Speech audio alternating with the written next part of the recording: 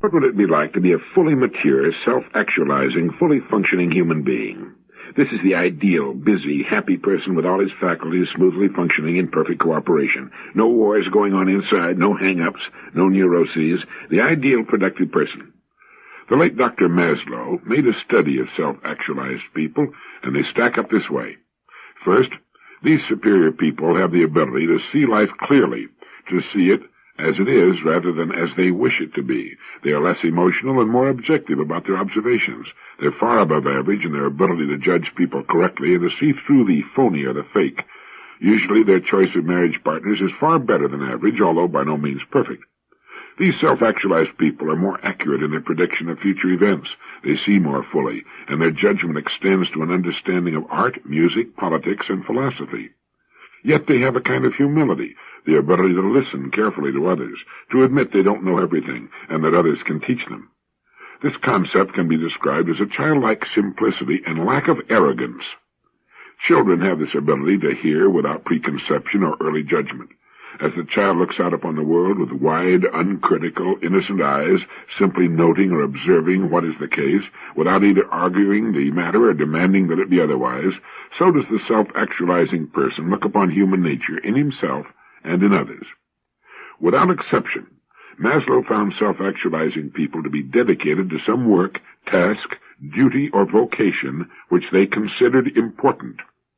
Because they were interested in this work, they worked hard, and yet the usual distinction between work and play became blurred. For them, work is exciting and pleasurable. Maslow found creativity to be a universal characteristic of all the self-actualizing people he studied. Creativeness was almost synonymous with the terms healthy, self-actualizing, and fully human. Now here again, the creativity of these people is similar to that of little children before they learn to fear the ridicule of others. Maslow believes this to be a characteristic which is too frequently lost as we grow older. Self-actualizing people either do not lose this fresh, naive approach, or if they lose it, they recover it later in life. Spontaneity is typical of this person. Self-actualizing people are less inhibited, therefore more expressive, natural, and simple, and of course, they have courage. The courage that's needed in the lonely moments of creation. This is a kind of daring, going out in front all alone, a defiance, a challenge.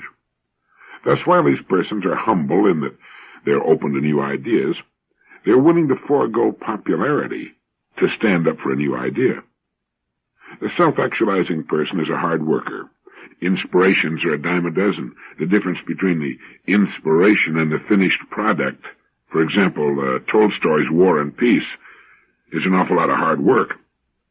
To go on, the self-actualizing person has a low degree of self-conflict. He's not at war with himself.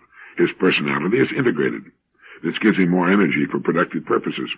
As Maslow puts it, truth, goodness, and beauty are in the average person in our culture only fairly well correlated with each other, and in the neurotic person even less so. It is only in the evolved and mature human being, in the self-actualizing, fully functioning person, that they're so highly correlated that for all practical purposes they may be said to fuse into a unity. The psychologically healthy person is both selfish and unselfish, and in fact these two attitudes merge into one. The healthy person finds happiness in helping others. Thus for him, unselfishness is selfish. They get selfish pleasure from the pleasures of other people, which is a way of being unselfish. Or saying it another way, the healthy person is selfish in a healthy way, a way which is beneficial to him and to society too. Research indicates that the healthy person is most integrated when facing a great creative challenge, some worthwhile goal, or a time of serious threat or emergency. The mature person has a healthy respect for himself, a respect based upon knowledge that he is competent and adequate, and, while not dependent upon it, frequently receives deserved respect from others. Such a person does not need or value unwanted fame or notoriety. He's in control of himself and his destiny. He's not afraid of himself, ashamed of himself, or discouraged by his mistakes. He makes mistakes, but takes them in stride. The psychologically healthy person is highly independent, yet enjoys people. He's free. He resists the dictates of culture when it does not agree with his point of view. The average person is motivated by deficiencies. He seeks to fulfill his basic needs for safety, belongingness, love, respect, and self-esteem. The healthy person is motivated by a desire for self-actualization or growth. A man has a hierarchy of needs. As one is satisfied, a new one pops up. The needs start with the purely physiological: food, liquid, shelter, sex, sleep, and oxygen, not necessarily in that order. For the man who's extremely and dangerously hungry, Dr. Maslow said, no other interests exist but food. He dreams food, he remembers food, he thinks about food, he emotes only about food, he perceives only food, and he wants only food. But what happens to man's desires when there's plenty of bread, and when his belly is full? At once other and higher needs emerge, and these, rather than physiological hungers, dominate the organism. And when these in turn are satisfied, again new and still higher needs emerge, and so on. Maslow contends that throughout his life the human being is practically always desiring something.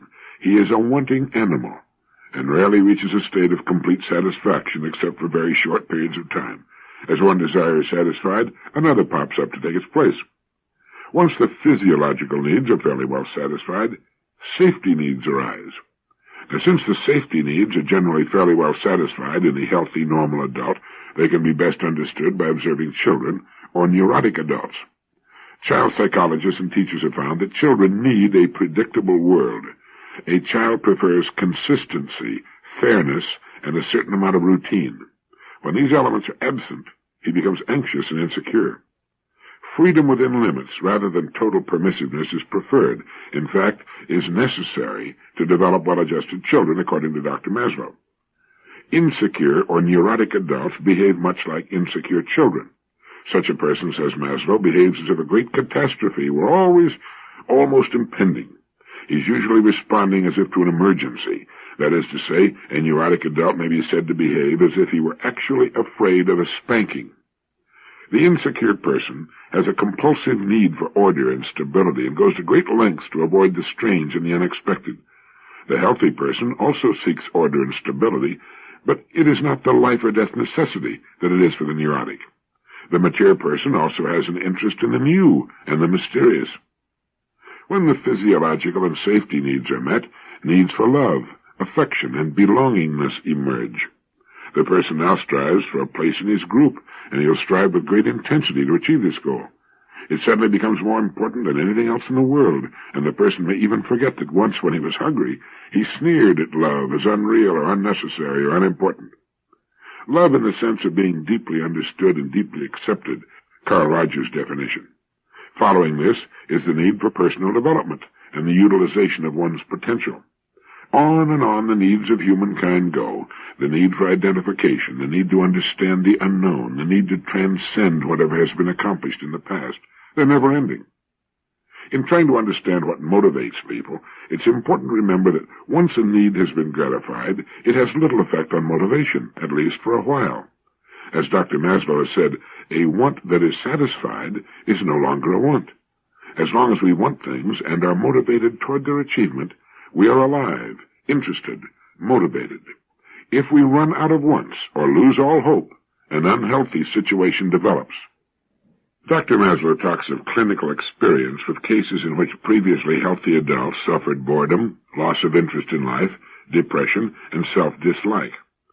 Such symptoms, when they appear in apparently intelligent people, are often brought about when, in Maslow's words, people are leading stupid lives in stupid jobs. I've seen many women, Maslow goes on, intelligent, prosperous, and unoccupied, slowly develop these symptoms of intellectual inanimation. Those who followed the recommendation to immerse themselves in something worthy of them showed improvement or cure often enough to impress me with the reality of the cognitive needs. One of the major problems of the growing adult, the adult who aspires toward fulfillment and self-actualization, is the choosing of new meaningful goals as his former goals are accomplished, and, being accomplished, no longer motivate him. It's important that we do not stop along the line and sit down for too long. To remain healthy and alive, a person needs a new interest, a new challenge as he satisfies the old ones. If a person aspires to a certain level in the business world, a certain income, and reaches it, and if it's quite adequate for his needs, it won't motivate him for very long. Something new must be introduced. If the man doesn't find it, then management should, if the man is to continue to grow and make a major contribution to the organization and to himself. Motivating people is as important for the people as it is for the vitality of the organization, whether the organization is a family unit, a school class, a research organization, or a business concern. Some people are self-motivating. We all know such people. They're always off on some interesting new endeavor, but I'm afraid a large percentage are not. They seem to lack the curiosity or the creativeness or the knowledge to seek out new motivating challenges for themselves. Our lives are full of things, our pasts full of events that were once the most exciting things that buoyed us up to great heights of expectation and filled our lives with fresh new interests. Today, well, they're old hat, like the 3-year-old car or the 10-year-old home. They no longer suffice to motivate us. And what's the busy wife and mother to do when the last of her kids marries and moves away, or when her husband retires from his job of 30 or 40 years? We must consciously see to it that we do not run out of wants, that we can still sit down and make out a want list and find ourselves getting that old excitement again for something new to plan and work for. The human being needs desperately that carrot on the stick. Dr. Maslow said to his students, if you deliberately plan to be less than you are capable of being, then I warn you that you'll be unhappy for the rest of your lives. You'll be evading your own capacities, your own possibilities. Henry James, the very prolific American novelist, brother of William James, who is often called the father of American psychology. In fact, the James family remained outstanding for generations. Henry James once wrote in The Ambassadors, live all you can. It's a mistake not to. It doesn't so much matter what you do in particular, so long as you've had your life. If you haven't had that, what have you had? What one loses, make no mistake about that. The right time is any time that one is still so lucky as to have. Live. Well, that wouldn't be a bad piece of advice to have framed and placed in a conspicuous place, would it? Live all you can. It's a mistake not to. But it seems that relatively few people are aware of living, as they take so many important things for granted. They wake up, go about their days, go back to sleep without once having thought, I am alive, and I'm sensing this day. It is only when life begins to reach its conclusion that people become aware of the importance of living. It's like those people who have to be sick to appreciate good health, or deprived of their freedom in order to realize its value. People who are aware of living, of enjoying living, are like sponges. They soak up all that goes on around them. They're aware of other people, of what's being said. They're observers of their environment. Their eyes are everywhere. I played golf once with a man who often stood with his eyes squinted, staring for long moments at the trees or a particularly pleasant view. I asked him about it. He said, now look at that grove of trees over there and squint your eyes. Look at the rich black shadows underneath them. And then he said, black is the mother of all color. It was a curious thing, and so I stood and squinted my eyes, and sure enough, the sight appeared as a painting, and the shadows did deepen. Everyone else on the golf course was simply playing golf. This man was acutely aware of everything going about him as well. He was living more than we were. He was getting more out of his life than we were. As Henry James said, the right time is any time that one is still so lucky as to have. The right time is while we're working, or driving, or with our loved ones, or alone. The right time is the only time we've got, which is now. And if we haven't learned to live now, we'll always be living on the hope that perhaps the future will be somehow better. Now is the future we were thinking about last year, and if you don't make it into tomorrow, will you have enjoyed, will you have been aware of today? Well, it's worth thinking about. Anything that can make life more interesting, more vivid, is worth giving some thought to. Older people are always saying to younger people, you don't realize how lucky you are, which I suppose means that they didn't either. Robert Jones Burdett wrote, there are 2 days in the week about which and upon which I never worry. 2 carefree days, kept sacredly free from fear and apprehension. One of these days is yesterday, and the other day I do not worry about is tomorrow. It isn't the experience of today that drives men mad. It's the remorse for something that happened yesterday and the dread of what tomorrow may disclose. That's good, isn't it? It reminded me of the line in Matthew in the New English Bible in which Jesus is quoted as saying, "So do not be anxious about tomorrow. Tomorrow will look after itself. Each day has troubles enough of its own." If a person could take Robert Burdett's advice to heart, if he could keep those 2 important days free from fear and apprehension, if he could never be remorseful about yesterday or concerned about tomorrow, it would do a lot more than lift a great load from his mind. It would cause him to concentrate on the only time we have, which is right now. If we handle today properly, we need take no thought about tomorrow. When tomorrow comes, we can handle it as best as we can, and it'll take care of the day after. This is not to say that we should not set goals for ourselves. I think we should, most definitely. But once we know what our goals are, we can quit worrying and set ourselves to today's task in the calm assurance and expectation that we'll reach the goals we've set in good time. Living is like building a house with bricks. You can set only 1 brick at a time. You can live only 1 day at a time. We all know this. Understanding it is not difficult, but doing it is something else again. We need, I think, some kind of reminder every morning, perhaps at many times during the day, until we can form the habit of living in which someone called daytime compartments. This is a panic-proof way to live, because we can almost always handle the events of today. It's the imagined disasters of tomorrow or next week or next year that tend to wear people down and make negative misfits of them. Moreover, by living today and doing the best we can with today, we won't have remorse tomorrow. We'll tend to be satisfied with what we're doing, even as we strive to improve. Each of us has 1,000 times approached the period of his life with fear and apprehension, only to find the problem solved one way or another on the appointed day. Perhaps we were not always happy with the solution, but the problem was met, resolved, and we moved on by it. If we had not worried about it, we would have spared ourselves many unnecessary hours of fear and upset.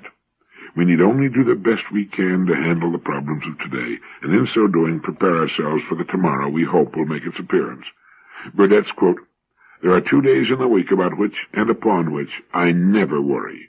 2 carefree days, kept sacredly free from fear and apprehension. One of these days is yesterday, and the other is tomorrow." I was chatting with a West Coast psychologist and management consultant the other day. He's also an author of some note, and he happened to mention that he's conducted classes in prosperity. That is, he's tried to teach poor people how to become well-to-do and prosperous. How well he succeeded at that, I have no way of knowing, but I have little doubt that the subject can be taught. There are thousands of books on how I made $1 million in the stock market, or in raising chickens, or in real estate, or in mail order. It isn't so much the kind of business chosen, or the line of work. It's possible to become prosperous in any line. It isn't what you do that's so important. It's more a matter, at least in the beginning, of our attitude. As the late Ernest Holmes once put it, prosperity just doesn't happen. It's at first a state of mind. Do you remember that famous comment of Mike Todd's? He said, "Being broke is a temporary situation. Being poor is a state of mind." Surveys have indicated that most people equate happiness with enough money to live well. Other surveys have proved that people who are well-to-do are generally happier than poor people. That makes sense. They have fewer worries. But you run into a great deal of skepticism when you tell poor people that prosperity depends more on the state of mind than on anything else. Few other objects are surrounded by as many myths, misinformation, and old wives' tales as is the subject of how to become prosperous. And my friend the psychologist told me that a series of questions can usually determine whether or not a person is going to make his mark financially. One is to ask the person how much money he intends to be worth by the time he's reached a certain age. This is followed by a question which asks, how much money do you wish you could be worth by the same age? If the 2 figures are the same, if the person being questioned intends to be worth the same amount he would wish to be worth, chances are he'll make it. He's serious about it, and he has the attitude that says, "I will," not "I hope I will." As Ernest Holmes put it, are you interested in making money and running your business successfully and getting a better salary? Of course you are. You want to be prosperous, and this is only right and sensible. The plain, practical, everyday problem of money-making is a definite part of living. The answer to it is summed up in these words. Prosperity awaits man's recognition and acceptance of it.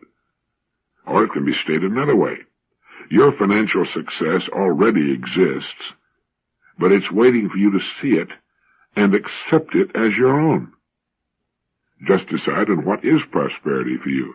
and then head out, get busy, and it's usually a good idea to start where you are. There's possibly more opportunity lurking within your present environment than you can imagine. Once you create the proper mental attitude, the ideas you need will be attracted to you. They'll come right out of your own subconscious. Then, if your attitude is still right, you'll act upon your ideas. But it all starts with the right attitude. As scientists delve deeper into the nature of what causes things to be as they are, they find themselves immersed in an unseen world of infinite intelligence, acting in a lawful and purposeful manner. What we encounter in the physical world appears to be but a manifestation of invisible cause. The distinguished psychologist and incidentally the inventor of the famous lie detector, William Moulton Marston, wrote, "For years, as a psychologist, I've sought in the careers of great and everyday people the inner springs that make for successful living. There are two which seem to me of prime importance. The first is plain old hard work, governed by cool, logical thoughtfulness. The other is sudden, warm, impulsive action. Admitting that I can't name a single person of true accomplishment who hasn't forged success out of brains and hard work, I still hazard the sweeping assertion that most of the high spots and many of the lesser successes in their careers stem from impulses promptly turned into action. Most of us actually stifle enough good impulses during the course of a day to change the current of our lives. These inner flashes of impulse light up the mind for an instant, then, contented in their afterglow, we lapse back into routine, feeling vaguely that sometime we might do something about it, or that at least our intentions were good. In this we sin against the inner self, for impulses set up the lines of communication between the subconscious mind and daily action. Said William James, "Every time a resolve or fine glow of feeling evaporates without bearing fruit, it's worse than a chance lost. It works to hinder future emotions from taking the normal path of discharge. Thus we fail to build up the power to act in a firm and prompt and definite way upon the principal emergencies of life." Well, Dr. Marston wrote, "Once in Hollywood, where Walter B. Pitkin and I were retained by a motion picture studio, a young promoter presented an ambitious production idea to us. Well, the plan appealed to both of us. It was, I thought, distinctly worth considering. We could think it over, discuss it, and decide later what to do. But even while I was fumbling with the idea, Pitkin abruptly reached for the phone and began dictating a telegram to a Wall Street man he knew. It presented the idea in the enthusiasm of the moment. It carried conviction. To my amazement, a $10 million underwriting of the picture project came as a result of that telegram. Had we delayed to talk it over, we might have cautiously talked ourselves out of the whole idea. But Pitkin knew how to act on the spur of the moment. He had learned to trust his impulses. Behind many an imposing executive desk sits a man who is there because he learned the same lesson. The person who follows his impulses is not necessarily flighty, far from it. The timid soul, however, is fearful lest impulse lead him into all manner of mistakes. Mistakes are inevitable. We're bound to make them, no matter which course we take. Some of the worst mistakes in history have followed consciously reasoned decisions. The mistakes of inaction, flanked by heavy reasoning, are likely to be worse than the mistakes of genuine impulse. The life stories of successful people are full of episodes that have marked turning points in their careers. True impulses are intelligent. They reveal the basic interests of the unconscious mind. In the winter of 1969, Stanford University printed an article by Dr. Willis W. Harman, which I found to be of tremendous interest. Dr. Harman suggests that when future historians look back on our times, it will not be the wars, riots, student protests, or even our technological and scientific advances they'll remember. He suggests that it will be something quite different from any of these, an event perhaps well symbolized by an obscure scientific conference held in Council Grove, Kansas, in April of 1969. He further suggests that the consequences may be even more far-reaching than those which emerged from the Copernican, Darwinian, and Freudian revolutions. It has to do with transpersonal psychology, that field of inquiry which deals with man's subjective experience, especially the transcendental kind. Early writing in this field were F.W.H. Myers' Human Personality and Its Survival of Bodily Death, Richard Buck's Cosmic Consciousness, William James' Varieties of Religious Experience, and Patiram Sorokin's The Ways and Power of Love. This new age we're moving into, Dr. Shapley of Harvard calls it the psychozoic age, is based on several propositions, the most important of which is that the potentialities of the individual human being are far greater in extent and diversity than we ordinarily imagine them to be, and far greater than currently in vogue models of man would lead us to think possible. Another is that a far greater portion of significant human experience than we ordinarily feel or assume to be so is comprised of unconscious processes. Now, this includes not only the sort of repressed memories and messages familiar to us through psychotherapy, it includes also the wisdom of the body and those mysterious realms of experience we refer to with such words as intuition and creativity.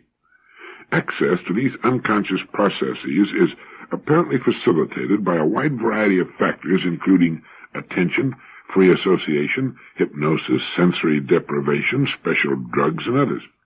Now, included in these partly or largely unconscious processes are self-expectations, internalized expectations of others, images of the self, and limitations of the self, and images of the future, which play a predominant role in limiting or enhancing actualization of one's capacities.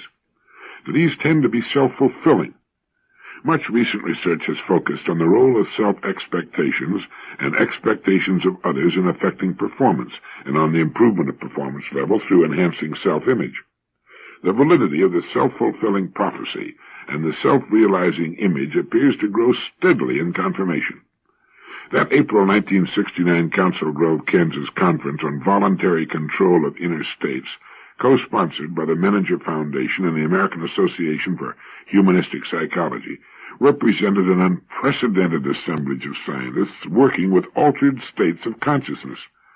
Now, what we're seeing is the scientific stamp of approval and deepening interest in what the ancient prophets told us we could do.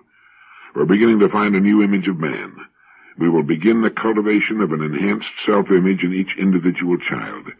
Perhaps now at last men will begin to truly discover who he is and what his true powers are. Some time back, my old friend Dr. Herbert Otto wrote an article in the Saturday Review in which he pointed out how greatly we underestimate our true potentialities, and he explained why so many millions tend to withdraw from the world. It's because we are members of a pathology-oriented culture. Psychological and psychiatric jargon dealing with emotional dysfunction and mental illness has become the parlance of the man in the street. In addition, from early childhood in our educational system, we learn largely by our mistakes, by having them pointed out to us repeatedly. And all this results in early negative conditioning and influences our attitudes and perception of ourselves and other people. An attitudinal climate has become established which is continually fed and reinforced. As a part of this negative conditioning, there is the heavy emphasis by communications media on violence in television programs and motion pictures. The current American news format of radio, television, and newspapers, the widely prevalent idea of what constitutes news, results from a narrow, brutalizing concept 30 or 40 years behind the times, and is inimical to the development of human potential. The news media give much time and prominent space to violence and consistently underplay good news.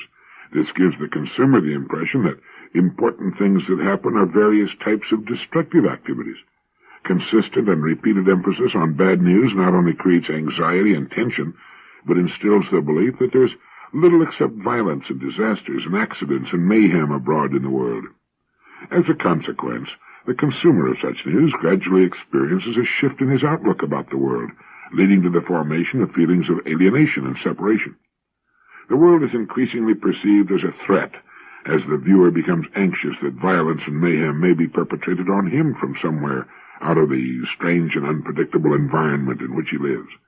There slowly grows a conviction that it's safer to withdraw from such a world, to isolate himself from its struggles, and to let others make the decisions and become involved.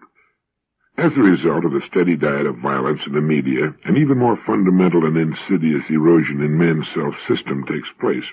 The erosion affects what Dr. Otto calls the trust factor. If we've been given a certain amount of affection, love, and understanding in our formative years, we're able to place a certain amount of trust in our fellow man. Trust is one of the most important elements in today's society, although we tend to minimize its importance. We basically trust people. Now, the consistent emphasis in the news on criminal violence, burglarizing, and assault makes slow but pervasive inroads into our reservoir of trust. As we hear and read about the acts of violence and injury man perpetrates upon one another, year after